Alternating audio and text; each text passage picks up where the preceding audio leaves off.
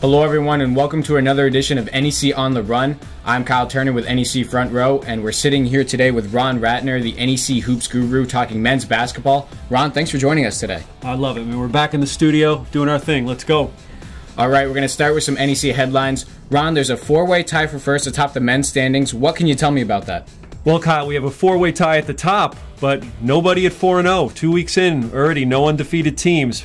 But we do have 4 3-1 teams. We have Bryant, we have Robert Morris, we have St. Francis Brooklyn, and St. Francis U. Let's take a look at all four of those teams. Let's see what they're doing. For Bryant, it's a whole different team. Alex Francis is gone, all-time great in the NEC. Corey Maynard is gone. Last year they were outscoring people. Now they're doing it with defense. Right now they lead the league in field goal percentage defense, three-point percentage defense, and they're second in scoring defense, allowing just 60 points a game in league play over the first 4 games. They have an elite rim protector in the league in Dan Garvin, the player of the NEC Player of the Week. Joe O'Shea coming on real strong now. He's providing Bryant with a complimentary scorer to Diami Starks. Bryant comes over 2 quality home wins over the weekend, beating St. Francis U, another first-place team, and FDU. So things are looking up in Smithfield right now.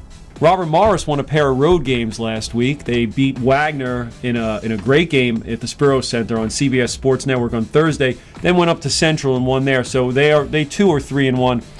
I'm liking how Robert Morris is coming along. They're always so talented, but they seem to have all the requisite pieces to make a run this year. You have your all-around player in Lucky Jones, a multi-time All-Star, moving up the ranks in career records in the NEC. You have the freshman sensation in Marquise Reed, who can really finish around the rim for a guard. You have your knockdown shooter in Rodney Pryor, who's been doing it all season. You got an emerging big man in Elijah Minnie, who had a fantastic week. We'll talk about it a little bit later. And you have a pass-first point guard in Kayvon Stewart. So I like what's brewing over there. And you know, in the end, they're always there.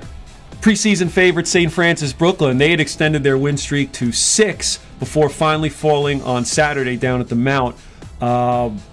They've played 3 of their first 4 on the road, so a 3-1 mark is pretty good at this point. You have Jalen Cannon playing at a ridiculously high level. He has 10 double-doubles. That's 6th in the nation. You know, they too have a veteran in Cannon. They have a veteran point guard in Brent Jones, one of the best players in the league. And then they've really seen some increased production from Tyreek Jewell, who struggled a bit during non-conference play, but is averaging over 13 points against NEC competition. And like Brian has with Garvin, Amdi Fall can protect the paint for St. Francis, and he is one of the best defenders in the conference. So St. Francis riding high early on in the season. And then there's St. Francis University. Outside of a loss to Bryant last Thursday, they've looked fantastic. They're the one veteran team in the league, and they really stand out from the pack when you watch them on the court, how cohesive they are on the court and their team chemistry. They're 10 deep. They have an all-star in Earl Brown. They have the savvy point guard. You know, that seems to be, you know, a trend that if you're going to be good, you have you have a big that can go, and you have a point guard that really brings it all together. Your floor general. And then they have shooters everywhere. You have your Ollie Jackson, your Ben Malone, Dominique Major. And then you have an underrated point guard in my mind in Greg Brown, because simply he does not turn the ball over. He has 16 turnovers all season. So Rob Krimmel really has them playing at a high level in Loretto this year. All right, so for the first time since 2008-2009, there's no 4-0 team. Let's shift to the next headline. Mount St. Mary's, they played a tough schedule. They're the defending champs. Are they finally getting back on track now? Yeah, you know, Mount's a hard team to read because they do play, as you said, such a challenging non-conference schedule. They had their ups and downs in non-league play. But you have to remember with the Mount, who did they lose? They lost 3,000-point scorers. And 2 of them were NEC All-Stars. You have Julian Norfleet and Rashad Wack were 2 of the best players in this league. And then when you have a shooter with the range of Sam Prescott and you lose him too, okay, we're not starting from scratch, but we need to rebuild some chemistry here. So I think after the 0-2 start in league play, it really came together for the Mount at home last weekend. They beat Central Connecticut pretty easily.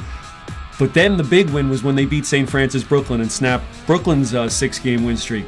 Mount's always tough at home. They're 24-6 under Jamie and Christian, and I think as this team starts to gel a little bit, they're going to be a tough out in the as we get into the meat of the conference season. They're 10 deep. They have the size. They have the quickness. And now they have Butler transfer. Andrew Smithers is starting to play. He had 22 against St. Francis Brooklyn. He had 6 out of 7 from three-point range. So if he can emerge as the go-to scorer that they were lacking in non-conference play, they're going to be tough. And, of course, they always finish strong. I mean, the first 2 years under Jamie and Christian, 18-6 record in February. So they play their best ball as we approach the tournament.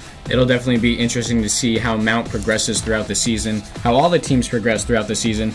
Let's shift to the next headline. We talked about the youth movement last week. Let's focus on the youth NEC bigs. They're stepping up. What can you tell me about some of the NEC bigs out there? Yeah, we've talked about the NEC youngsters this year and how it's going to be picking the all-rookie team is going to be difficult because there's so much talent out there. And we focused a lot on the guards, your Kane Brooms, your Marquise Reeds, your Elvar Fridriksson and Martin Hermanson from LIU. A lot of the young guards out there, the Hunter Ware. But there's a couple bigs out there that are really playing ball right now and coming into their own. One of them is Elijah Minnie for Robert Morris.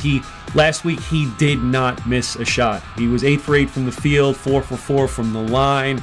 He averaged 11 points a game, and he's just a smooth player out there. And I think this will be a name we will be hearing for the next 4 years for Andy Toole's team.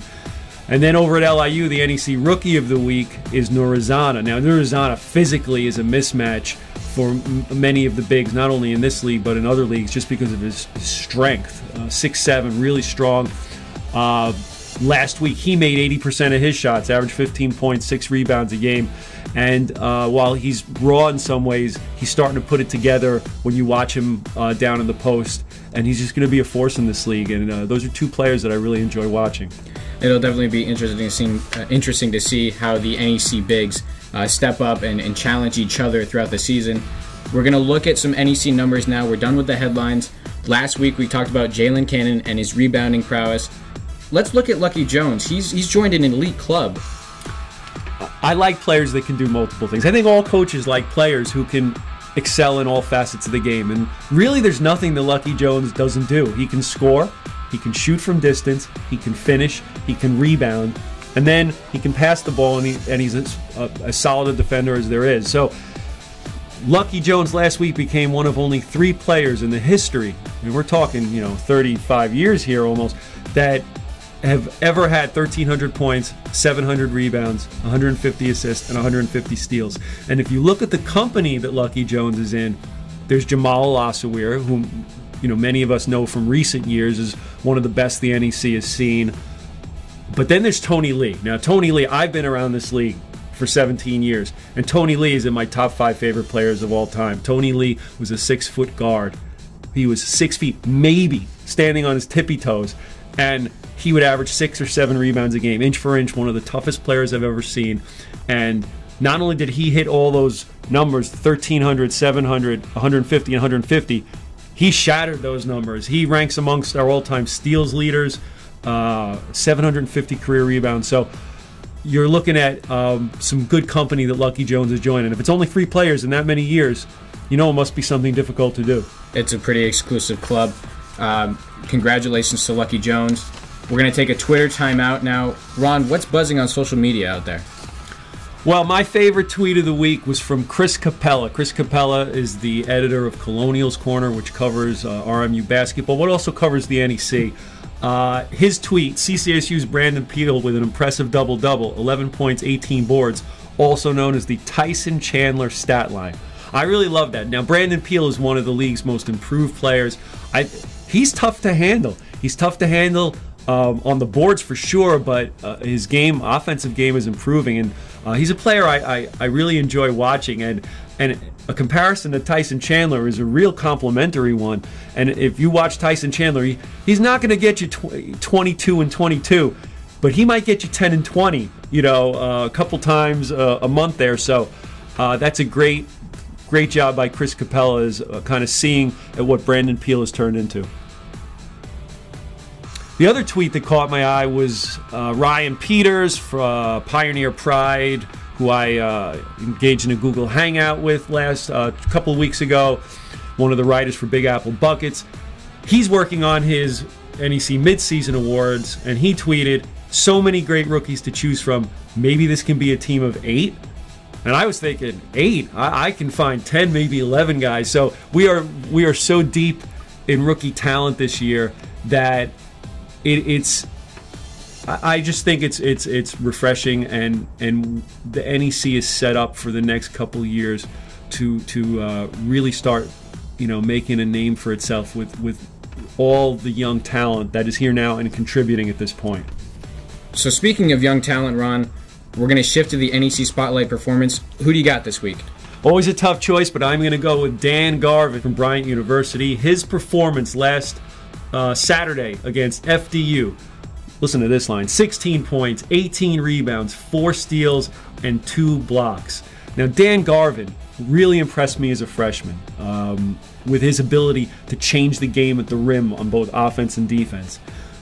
He missed some games last year with illness. I don't know if he ever fully recovered towards the end of the year, but this year, starting in league play especially, he's been a force in this league. And when you're putting up double-doubles like that and also coming up with steals and blocks, he could be a difference maker for Bryan as they make their push. I'll also give a honorable mention to, we mentioned it before, Andrew Smithers. You knock down 6 or 7 three-point field goals and get yourself a win over a very good St. Francis Brooklyn team. You deserve a shout-out as well. All right, so we got through the headlines, we got through the Spotlight Performance, we got through the timeout, we got through the NEC numbers, we got through all that. Ron, what's the key matchup? What's the matchup on TV this week? All right, I've had this one penciled down since the schedule came out.